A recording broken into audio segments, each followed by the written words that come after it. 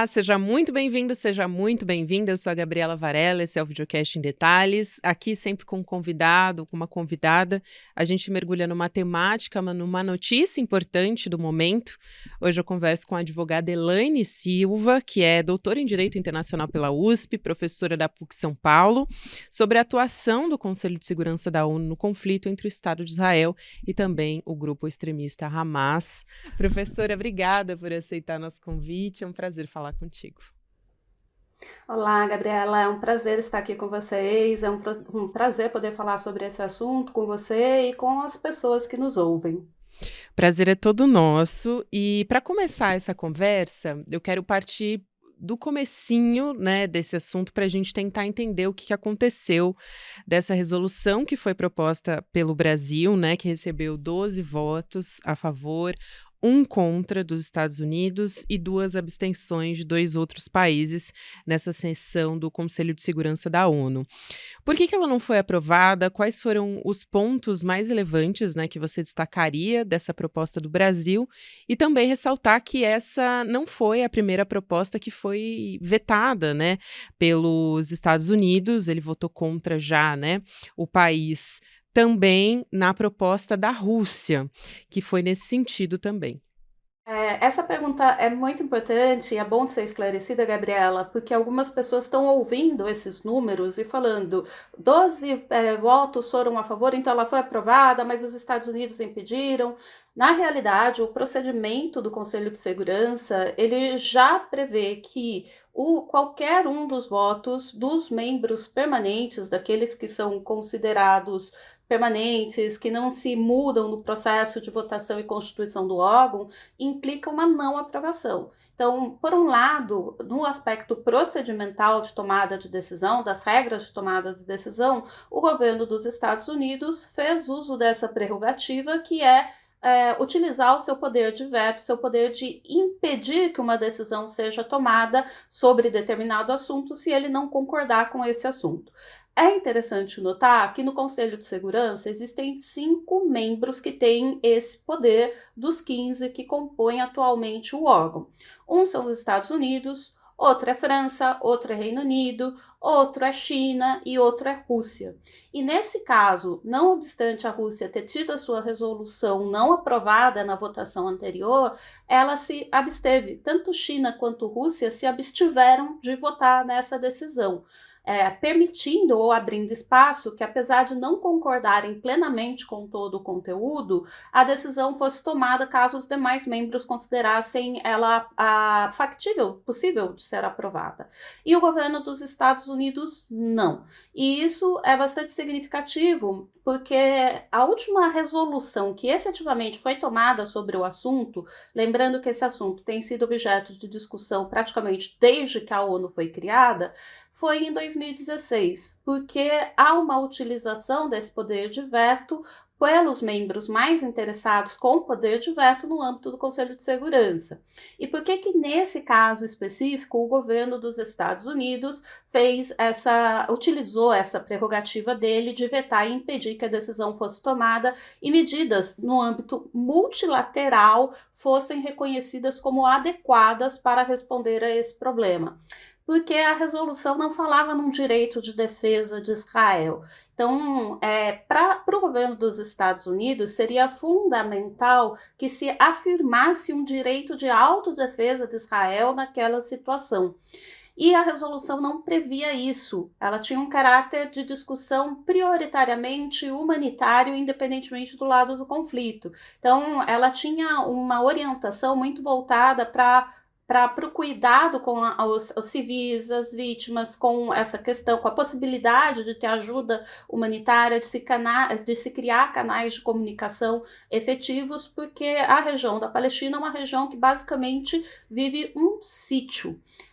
E sítio é crime de guerra, né? É bastante importante a gente lembrar. Essa situação ela já se estende há bastante tempo, em diferentes medidas, com controle de espaço, com controle de comunicação, com vários tipos de controles que estão presentes no dia a dia das pessoas que vivem lá e das pessoas que querem visitar o local. Não é simples de se visitar a Palestina.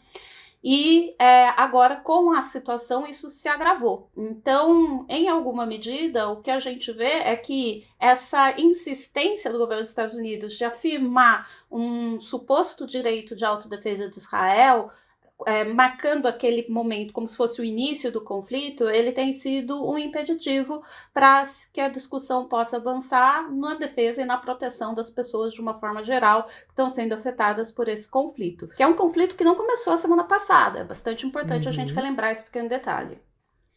É muito importante isso que você traz, professora Elaine, e também me chamou a atenção um ponto da sua fala que você diz, né, que sítio, né, que é o estado, né, a forma como os palestinos vivem na faixa de Gaza nesse momento é crime de guerra. E muitos especialistas chamam, inclusive, né, a faixa de Gaza de uma prisão a céu aberto, né, a maior prisão a céu aberto que a gente tem no mundo inteiro. Sabendo disso, teria como outros organismos, como a ONU, né, sabendo do papel importante que a ONU tem nessa resolução de conflitos, atuarem previamente, quer dizer, antes, né, do Conselho ser necessário. Agora a gente teve o ato, né, do Hamas, um ataque do Hamas bastante específico que gerou essa guerra, né, esse conflito mais exacerbado. Mas como você bem disse, essa situação toda, né, do Estado de Israel contra os palestinos, impedindo o acesso, por exemplo, a direitos básicos como água, comida, o direito de ir e vir, já acontece há muito tempo e a gente também vem ressaltando isso em todos os nossos programas, né, todo o papel, o caráter histórico dessa história. Não teria como ter agido previamente, antes disso ter chegado, talvez, a algo, né, a uma reação maior? Uma nota prévia a essa resposta, Gabriela, e eu acho que é interessante só como nota, mas vale ser ressaltada, é que o exemplo do controle do território da Palestina por Israel, esse controle em todos os níveis de espaço, de acesso a serviços de acesso e controle de pessoas, ele é um dos exemplos citados pelo Membe naquele ensaio que ficou muito conhecido como necropolítica. Muitas vezes as pessoas vão fazer referência ao trabalho e à definição e ao conceito de necropolítica apenas tendo referência de povos africanos, dos descendentes da diáspora africana no mundo, e, no entanto, o próprio Membe utiliza no ensaio dele a situação da Palestina e dos palestinos como um exemplo de política de necropolítica, que ele chama, que não é política, não é voltada para a vida, é voltada para a morte das pessoas. É como se eles vivessem um sistema de apartheid dentro daquela região. Então, a situação ela é uma situação muito grave e é importante nós lembrarmos desse contexto para entender que nenhum conflito foi iniciado na semana passada.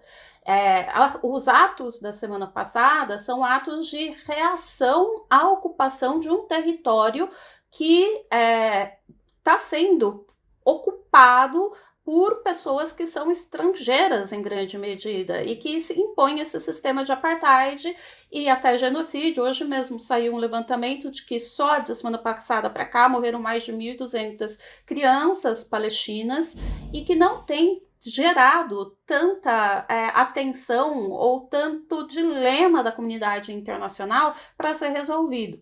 Isso porque Agora, a gente está num contexto de redes sociais, né, que as imagens chegam até nós, imagens de crianças, de bebês horrorosas que a gente se depara nas redes sociais e não comove tanto assim, né? Deveriam comover. sim, tem uma, teve um segundo conflito nos anos 2000, em que o Mohamed al-Durrah ficou muito conhecido. Ele era uma criança de 12 anos, que foi morto por soldados israelenses com o pai caído no chão. E assim, era como que a gente permite, enquanto sociedade, que esse tipo de coisa aconteça dessa forma. Então, quando nós voltamos a entender esse contexto, você passa a ter uma análise diferente, talvez, dos atos. O ato não é só de um ataque aleatório à existência de outro Estado. Ele passa a ser discutido de quais são os limites da autodefesa, em grande medida. E ele muda, eu não posso comparar, é óbvio, né? O Hamas é um órgão extremo, radical, que não representa os palestinos. É muito importante a gente lembrar que o Estado palestino não é controlado pelo Hamas e que existe um Estado palestino. Mas existe um Estado palestino que tem o seu território ocupado por outro Estado, que no caso é Israel. Israel é um exemplo de um Estado imperialista. Então, nesse sentido, a gente não pode considerar o Hamas um grupo representante do Estado, por mais que tente. A gente não pode falar que o Estado palestino vai ser criado, porque ele já existe. Formalmente, juridicamente, é um Estado que existe, mas é um Estado que tem o seu território ocupado. Então, as grandes discussões é como que a gente reage e como avalia as medidas de reação à ocupação desse território, que é válido e que não é válido na reação. Até hoje, tentar cumprir adequadamente o direito internacional tem, e as regras da comunidade internacional têm possibilitado a reprodução desse problema da forma que a gente está vendo e o avanço do governo de Israel sobre os territórios palestinos. E é muito interessante porque mesmo dentre especialistas de diversos campos, as pessoas às vezes incidem nesse erro, falando que o Estado palestino tem que ser criado. O Estado ele existe, mas ele perdeu o território porque o território foi ocupado por outro. E essa ocupação, ela foi chancelada em alguma medida, inicialmente pela própria ONU. Então é muito difícil a gente falar de um papel de prevenção, sendo que a própria organização, dentro do sistema político que rege na sua esfera as suas negociações, a sua política, ela está contribuindo em alguma medida para a permanência desse problema.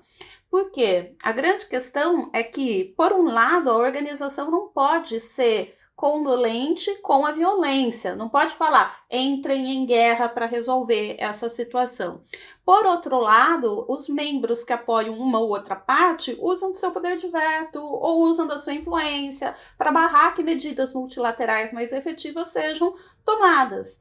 Então, muito do que tem sido feito no âmbito multilateral acaba sendo em termos de declaração, apoio por medidas que são fornecidas por outras agências, como o Acnur.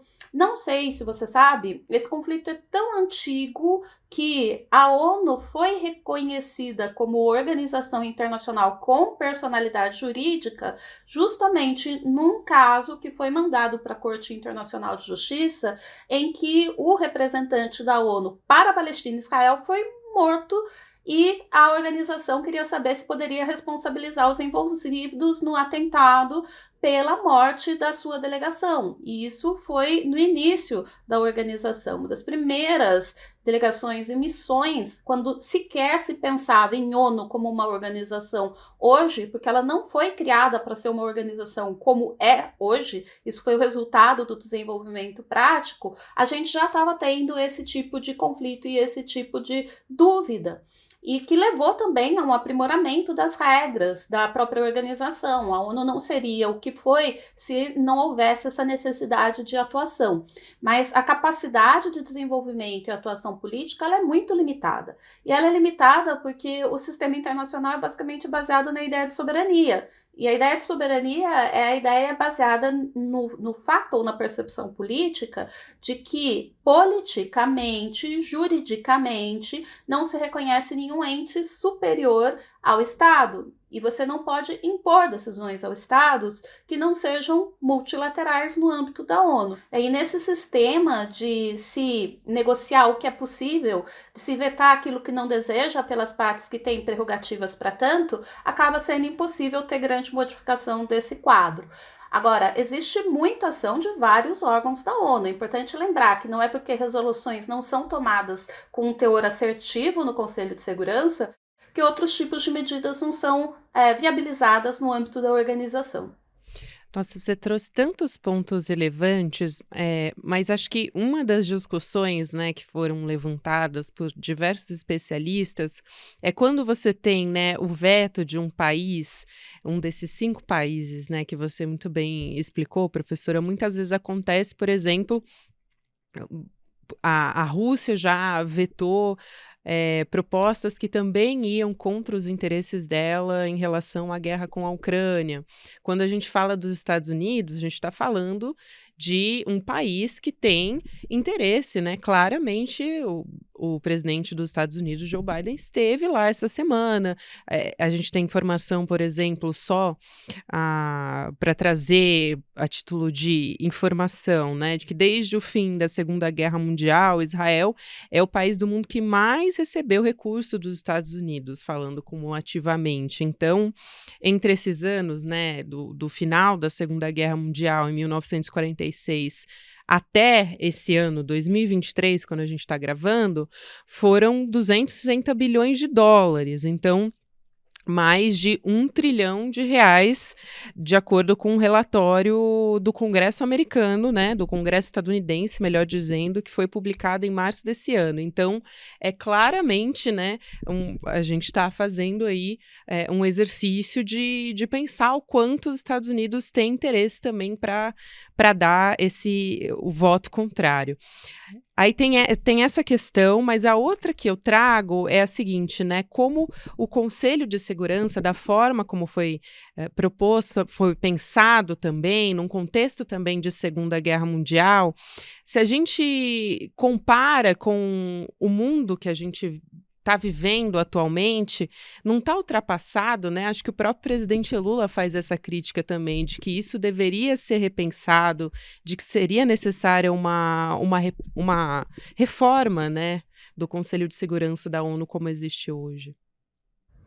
Olha só que interessante.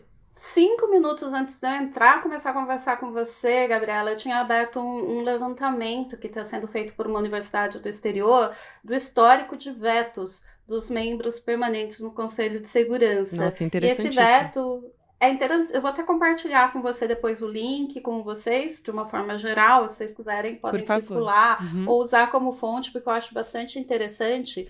E esse veto dos Estados Unidos, ele é o veto número 250. Não sei nem como falar isso na forma ordinária do português, mas é bastante interessante a gente poder fazer o mapeamento de quais são esses temas que estão sendo vetados, como que essa prerrogativa, que não é uma prerrogativa compartilhada com todos os membros.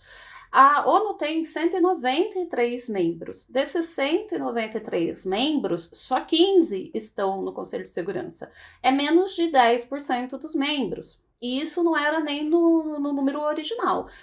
No número original da carta, quando ela foi criada lá na década de 40, no fim da Segunda Guerra Mundial, eram 5 permanentes e 6 não permanentes. Foi numa reforma na década de 60 que isso foi aumentado para 10 não permanentes, sem poder de veto, com mandatos de 2 anos, né? Mandatos de 2 anos. São 5 eleitos a cada ano, por isso que o mandato do Brasil está acabando agora no final do ano, começo de janeiro, e daí devem entrar mais 5 novos membros que vão se alternando para ter representação, desde a década de 60, alguma representação geográfica.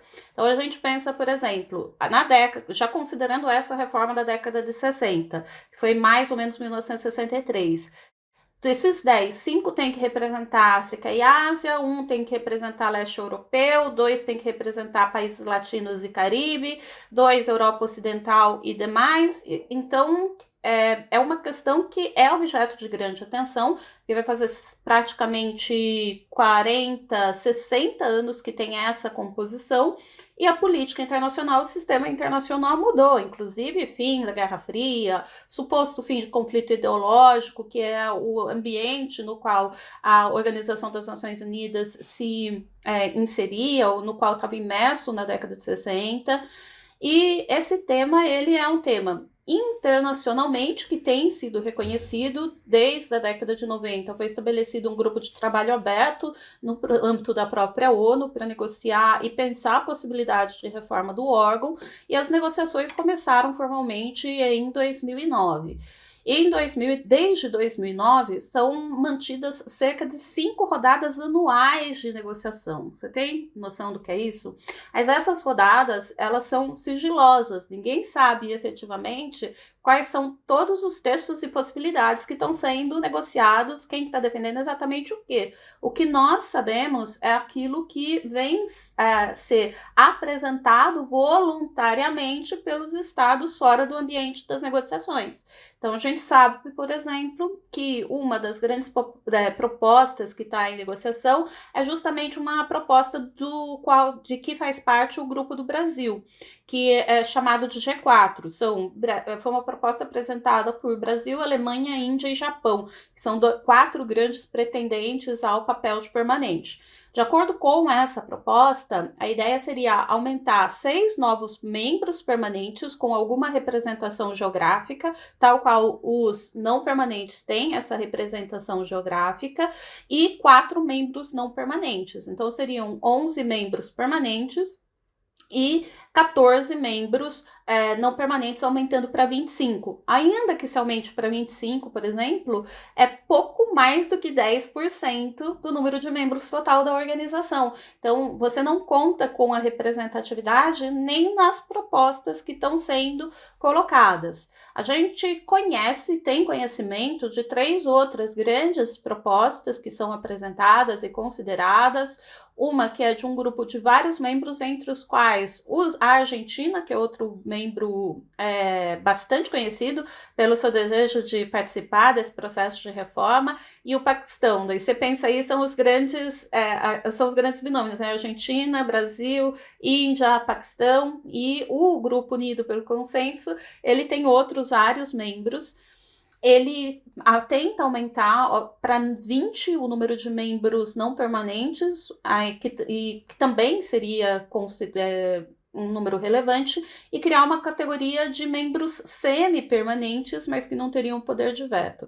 Então, esses 2 exemplos, o exemplo do G4, da proposta do G4, e o exemplo da proposta do Grupo Unido para o Consenso, eles mostram que não existe nenhuma tentativa de se tornar uma representação permanente de todos os membros. Isso, por um lado, é o resultado e o reflexo de uma dinâmica de disputa de poder efetivo e de lógica de Estado. Não é muito difícil e não é adequado pensar na prevalência da ideia de democracia no Conselho de Segurança. O que se pensa de representatividade ganha outros termos e outras dimensões.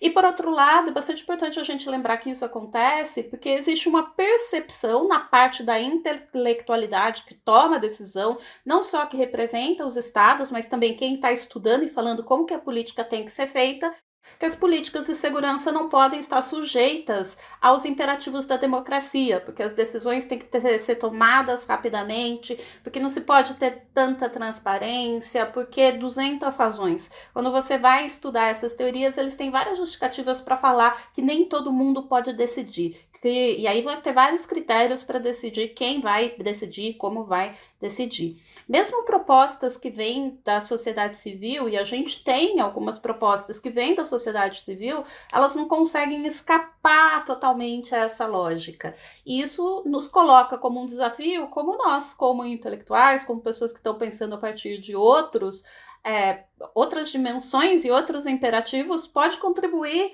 para pensar a política de segurança internacional a partir de outras óticas, que fujam dessas óticas, que são óticas que reproduzem estruturas de violência e estruturas colonialistas. Agora, isso pensando no sistema internacional. Pensando no sistema nacional, é bastante importante a gente lembrar que o PT, especialmente, é um partido que foi criado no âmbito da Guerra Fria e que sofreu bastante com os resultados da Guerra Fria e que tinha um diagnóstico de conjuntura que identificava que era preciso repensar a estrutura de tomada de decisão de segurança internacional para que nós, enquanto povo brasileiro, tivéssemos a possibilidade de tomar decisões de uma maneira mais autônoma. Então, desde a década de 90, desde a década de 80, quando você retoma essa discussão do projeto de segurança e de reforma do Conselho de Segurança, de qual é o ideal de uma arquitetura do sistema internacional, os envolvidos com o PT têm um diagnóstico de como tem que ser e como que vai ser, mas isso tem sido um tópico dos governos brasileiros sucessivamente na história.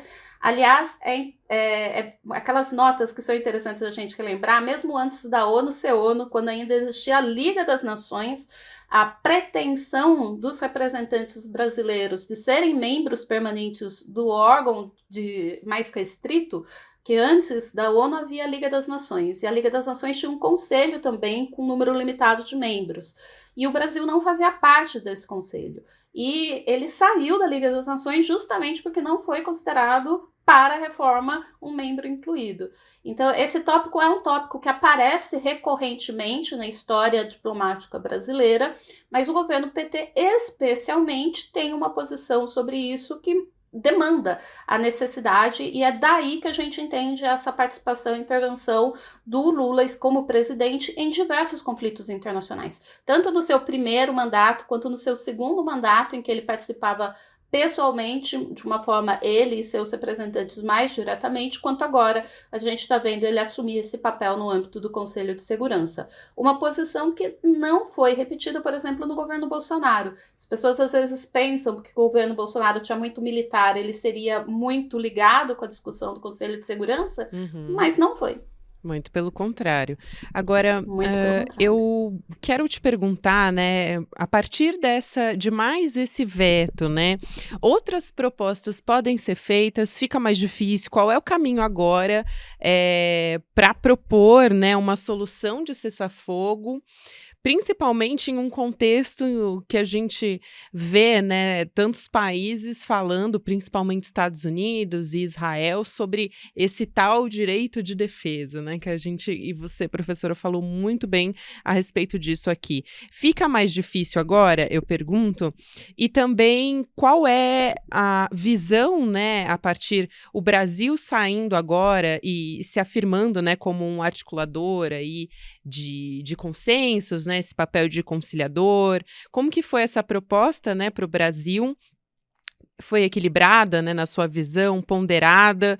Muitos especialistas eu vi avaliando dessa forma, e normalmente o Brasil se posiciona dessa forma, né, no Conselho de Segurança da ONU. Como é que o Brasil sai dessa história depois desse poder de veto dos Estados Unidos? Também acho que dá para a gente passar rapidamente em como fica a imagem dos Estados Unidos depois desse veto, né?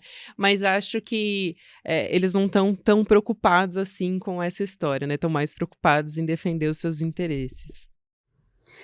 São 3 perguntas, Gabriela. Vamos ver se a gente consegue passar por todas. Sim, rapidinho. Eu vou começar pelo impacto na projeção e na imagem do Brasil no mundo. O fato do governo dos Estados Unidos ter vetado impacta uma possível imagem do Brasil como um construtor de consenso, algum ator que está tentando contribuir? Não, pelo contrário. É bastante importante a gente mostrar que isso é sempre uma questão de meio, não necessariamente uma questão de fim.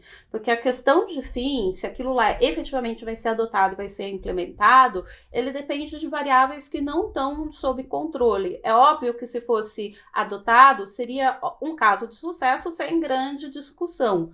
Mas, num contexto de grande dificuldade política, de diálogo entre os envolvidos e as suas contrapartes, o fato de ter conseguido avançar na negociação do texto e ter a apresentação e ter tido um apoio tão grande e a abstenção de 2 que poderiam ter votado, já mostra uma grande posição, um grande apoio e suporte à posição apresentada pelo governo brasileiro como uma proposta possível. Então, o governo dos Estados Unidos, entrando na questão da imagem dos Estados Unidos, ele sai, de certa forma, isolado dessa discussão, e esse isolamento ele pode ou não ser visto de uma maneira positiva.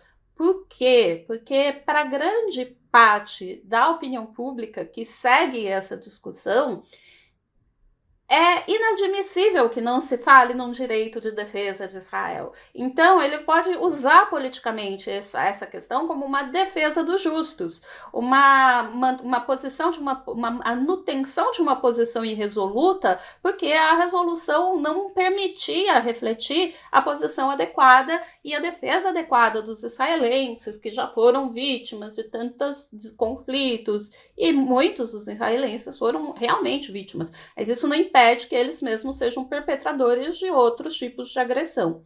E que tomem consciência nesse processo. Tem um filme, até pequena dica cultural. Por favor, Numa adoro. dessas mostras da vida, e já que tá para começar a mostra aqui em São Paulo, né, também, esse final de semana, mas numa dessas mostras aqui em São Paulo da vida, passou um filme que eu achei muito bom nesse aspecto, que chamava Vovós Israelenses em Defesa de Palestinos.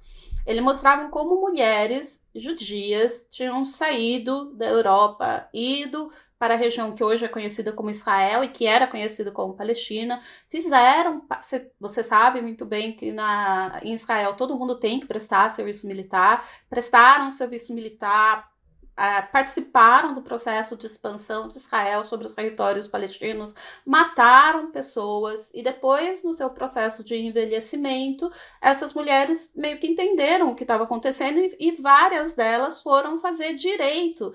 E aos 70 anos de idade começaram a ser advogadas pro bono de palestinos presos pelo governo de Israel. Então, você vê como isso também pode acontecer nesse processo, e as pessoas podem mudar, mas o fato é que existe muita gente que acha efetivamente que tem e não é possível. E muita gente dentro de órgãos de comunicação que são bastante relevantes. Eu acho que esse evento, ele é uma oportunidade ímpar para a gente falar sobre cobertura de conflito e sobre padrões de cobertura de conflito, Sem dúvida. comparando as formas que estão sendo utilizadas para fazer essa discussão. E aí também tem muita gente que está olhando para isso, que pode dar contribuições bastante interessantes para pensar como isso está sendo feito e a partir de qual perspectiva fazer.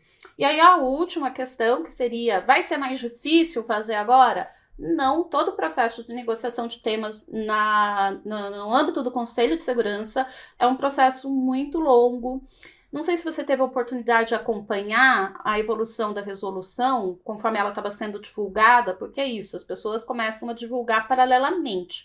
Oficialmente, você só sabe o texto que vai para a negociação quando chega efetivamente a votação. Mas, em geral, só vai para a votação no Conselho de Segurança aquilo que já foi negociado nos bastidores e que já tem o apoio suficiente para ser aprovado. Então, o processo Por de isso tinha negociação um do Conselho de cenário, assim, Segurança, sendo divulgado tão positivamente no entorno dessa sim. proposta, né. Uhum. Sim, porque quase nada. Eu não sei, assim, vou fazer uma pequena comparação. Não sei se você sabe que a Assembleia Legislativa aqui em São Paulo, ela aprova muito pouco projeto de lei, muito pouca coisa, e, em geral, só vai para aprovação aquilo que já se considera que vai ser aprovado.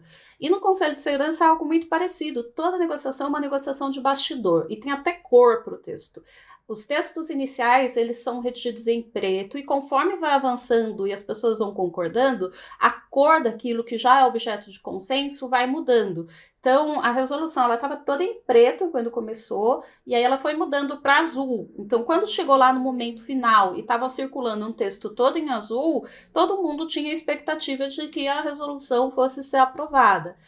E aí veio o veto dos Estados Unidos e a decisão que todo mundo achou que poderia ser porque tinha esse caráter mais humanitário ser aprovada, na realidade não foi. Só que esse processo de negociação ele é contínuo, então não foi aprovado vai continuar a negociação para se chegar a uma resolução que seja possível.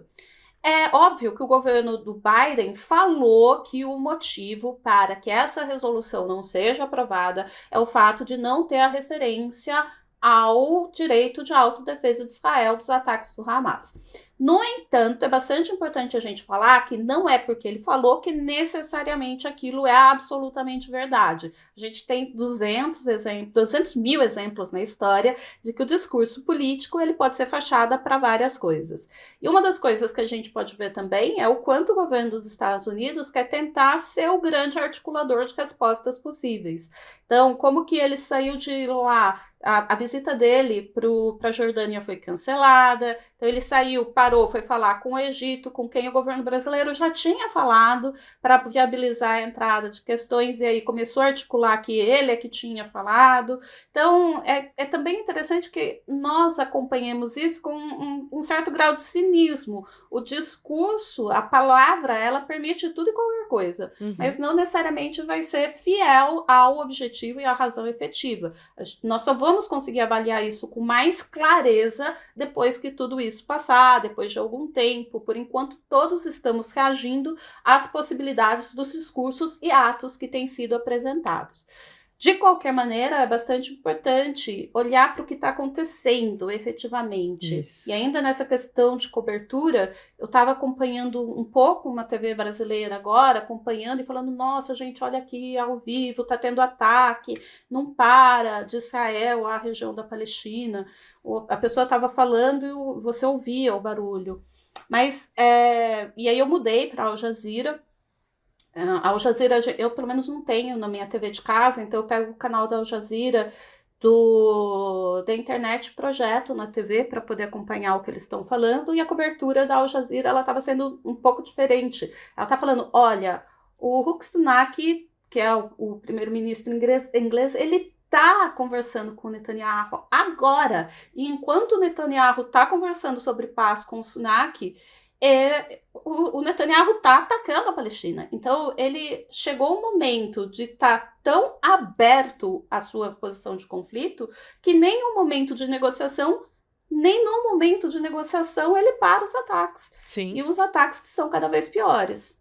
Exatamente. Professora, eu acho que foi talvez a voz que mais didática sobre como como atua, né, o Conselho de Segurança da ONU e quais são as consequências, né, que a gente tem até aqui.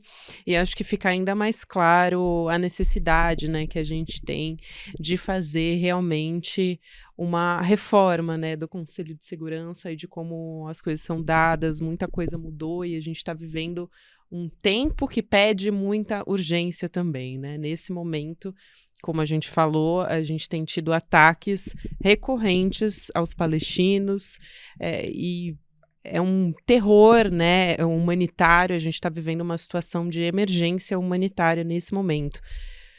Então, quero te agradecer muito pela sua didática. Seja sempre muito bem-vinda aqui. A professora Elaine Silva é advogada, doutora em Direito Internacional pela USP, professora da PUC, aqui de São Paulo. Até uma próxima. Muito, muito obrigada. Eu que agradeço, Gabriela. Espero poder sempre colaborar com você por aí para poder falar sobre esse tema. Com certeza. Muito obrigada, professora. Foi um prazer. Obrigada. Até uma próxima. Prazer. O Videocast em Detalhes fica por aqui. Antes, eu quero te lembrar que essa semana o ICL fez 3 anos. Então, no nosso aniversário, você comemora junto com a gente. A gente preparou uma campanha especial para você fazer parte da nossa comunidade. Olha só, inscreva-se em icl.com.br até o dia 22 de outubro. Portanto, domingo, você pode receber um kit exclusivo de 3 anos de ICL, com fone de ouvido, mochila, caderno, os livros Travessia, do Eduardo Moreira, e também o livro Uma Simples Evolução, do Domênico de Masi, além de uma arte exclusiva e numerada de Ricardo Beliel. Se você se inscrever, então, portanto, agora ou até domingo em icl.com.br, com essa inscrição você pode receber todos esses presentes do nosso aniversário. O próximo episódio do Videocast em Detalhes vai ao ar às 10h30 da manhã, ao vivo no YouTube, por onde você acompanha toda a programação do ICL Notícias, e pela manhãzinha, já antes do YouTube, você já pode acompanhar nas plataformas de áudio a nossa conversa aqui do Em Detalhes. Para quem está acompanhando pelo YouTube ao vivo, você fica agora com o Videocast Mercado e Investimentos, com o André Campedelli e a Débora Maganha, e depois, às 6 horas da noite, com o ICL Notícias, segunda edição. Até amanhã. Olá, meu nome é César Calejon, eu sou jornalista e escritor e eu convido vocês para assistir o curso Brasil, Fatos, Sonhos, Ideias e Cenários para 2023. A convite do professor Lindener, eu, Gessé Souza, Márcia Tiburi, Cris Serra e um time de craques preparamos essas reflexões para vocês. Na minha aula eu trabalho com os vetores principais que eu acredito foram responsáveis pela ascensão do bolsonarismo no Brasil do século XXI e também trabalho um pouco com o que eu acredito ser o legado do bolsonarismo no Brasil para 2023. Inscreva-se na plataforma do ICL e tenha acesso a esse e outros mais de 200 cursos. A liberdade de imprensa é um valor fundamental. Sem ela, não há Estado, não há democracia e não há, sobretudo, direito. Esses direitos são garantidos especialmente se a imprensa tiver a possibilidade de fazer um trabalho justo e também verdadeiro. Para isso, é muito importante que os meios de comunicação não fiquem concentrados em apenas poucas mãos. O Brasil ainda está atrás nesse requisito. Os meios de comunicação, especialmente os maiores, estão concentrados em poucas mãos, por enquanto. Mas a mídia alternativa vem cumprindo um papel relevante em trazer um outro olhar sobre esse acompanhamento da coisa pública. Seguimos em frente e vamos buscar cada vez mais um Estado mais democrático e mais transparente por meio desse acompanhamento diverso, importante e republicano da mídia.